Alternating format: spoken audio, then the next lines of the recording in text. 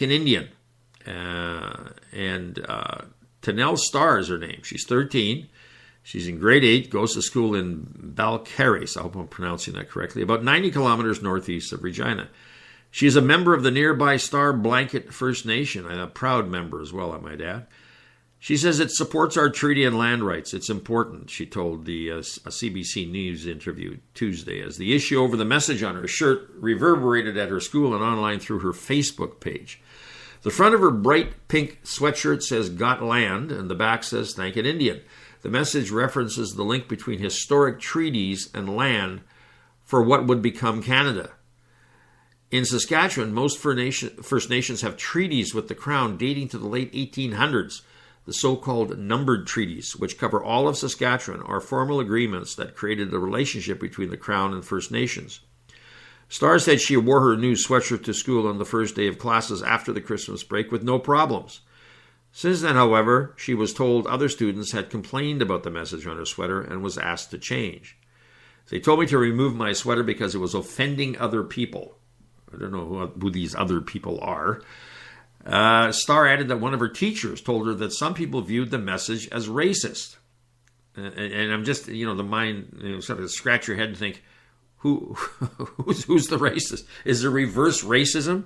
I didn't think it was racist, she said, adding she was embarrassed by the request to change, and so she should be. Although she did wear a cousin's shirt on the day she was first asked to change, she wore the sweatshirt again on subsequent school days. That led to a meeting with school officials, Starr and her mother, and after that she was told to wear the sweater inside out. Okay, that really solves the problem. Wear the sweater inside out so you can't read the... Well, you might as well wear any sweatshirt, any pink sweatshirt. That I didn't really want to, Starr said. I thought, what's the point of wearing it inside out?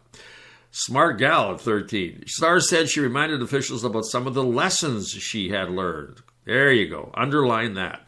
She reminded the officials of some of the lessons she had learned. We were taught Indians were on this land first, she said. So why are people offended? Exactly. She later learned that some people in the community had contacted the school to complain about the sweater, although it was not clear how they came to even hear about the shirt. Tanel said all the attention has been stressful, and she can't understand how the shirt generated such controversy.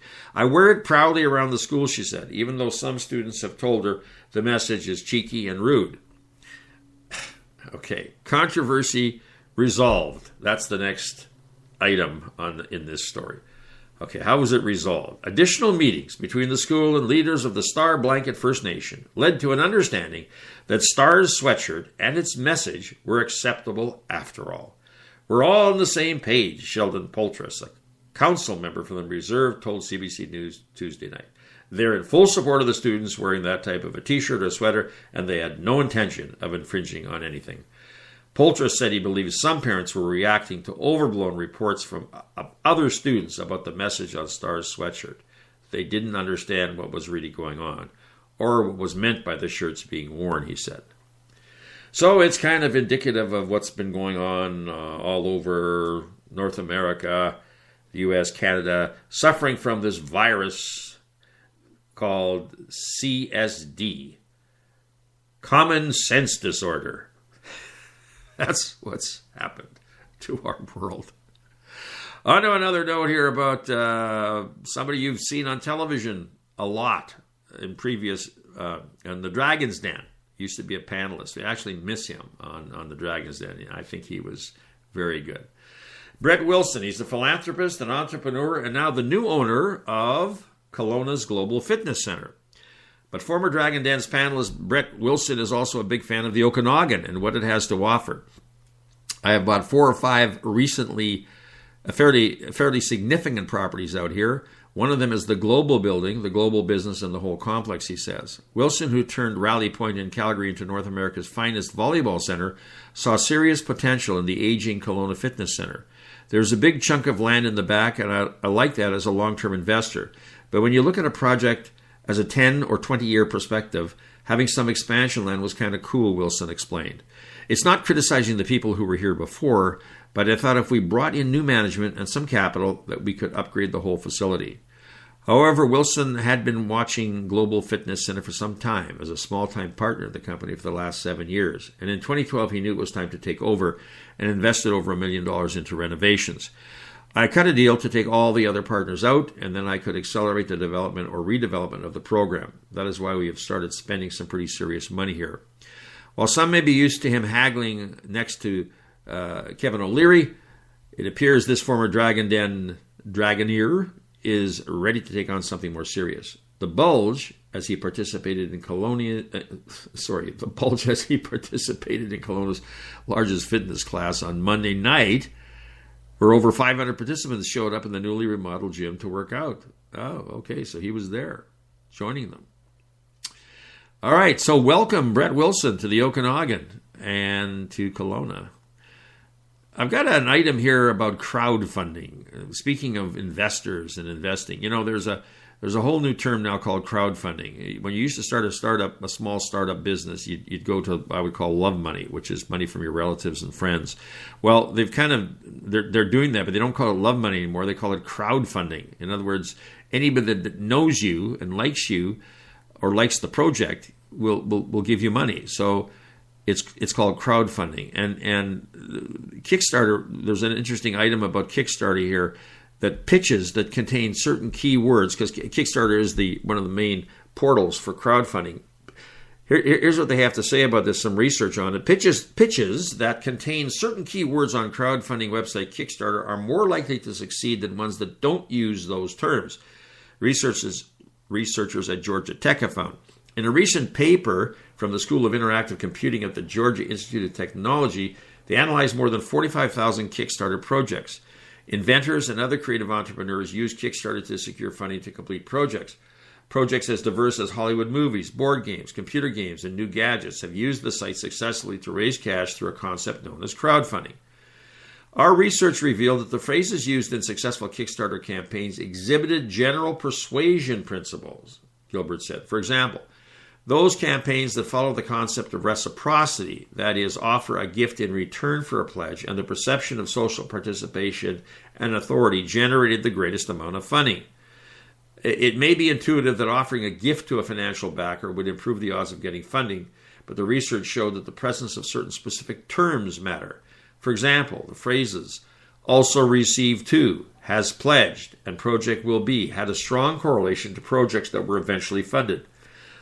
And this is probably good information to have anyways if you're looking to raise some money and using keywords. Phrases like "dressed up," "not been able," and "trusting" were generally attached to unsuccessful projects.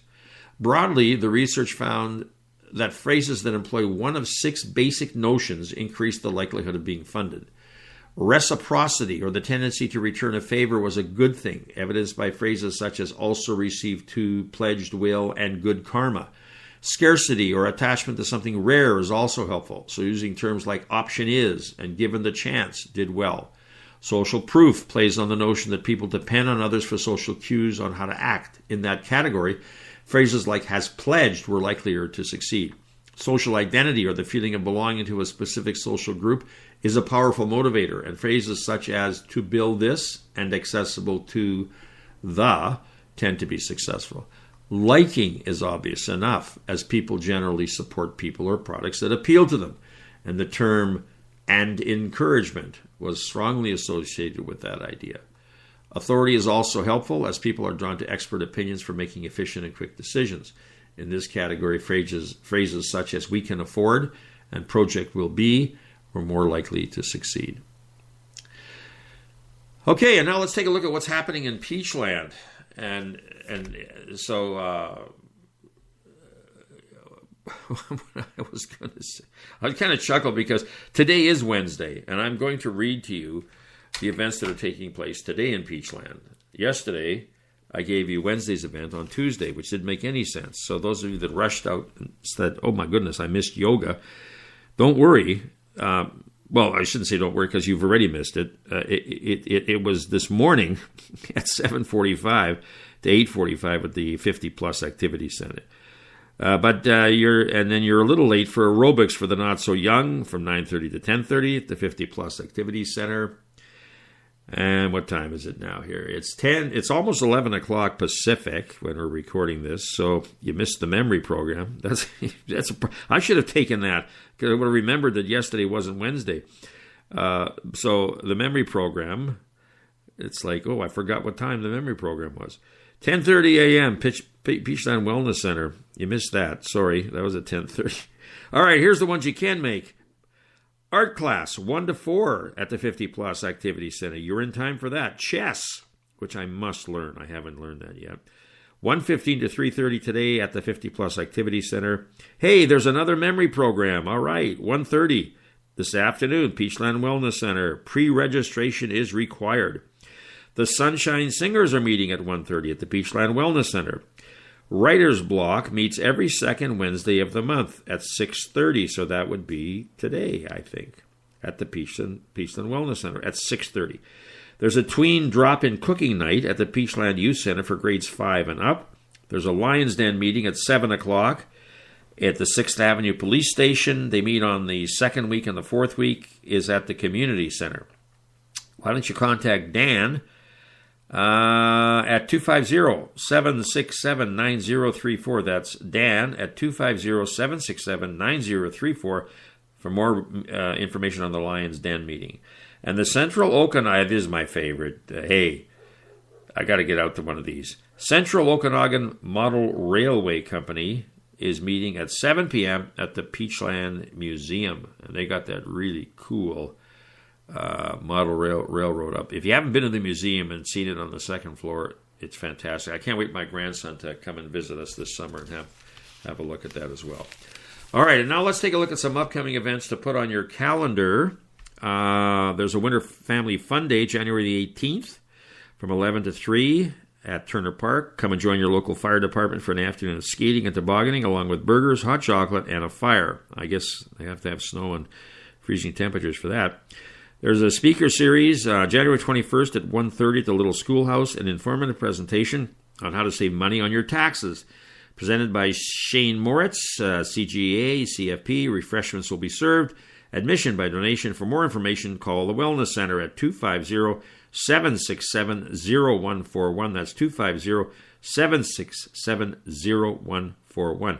Cooking with Company, February the 4th. Circle that on your calendar from 10 to 2 at the Community Center.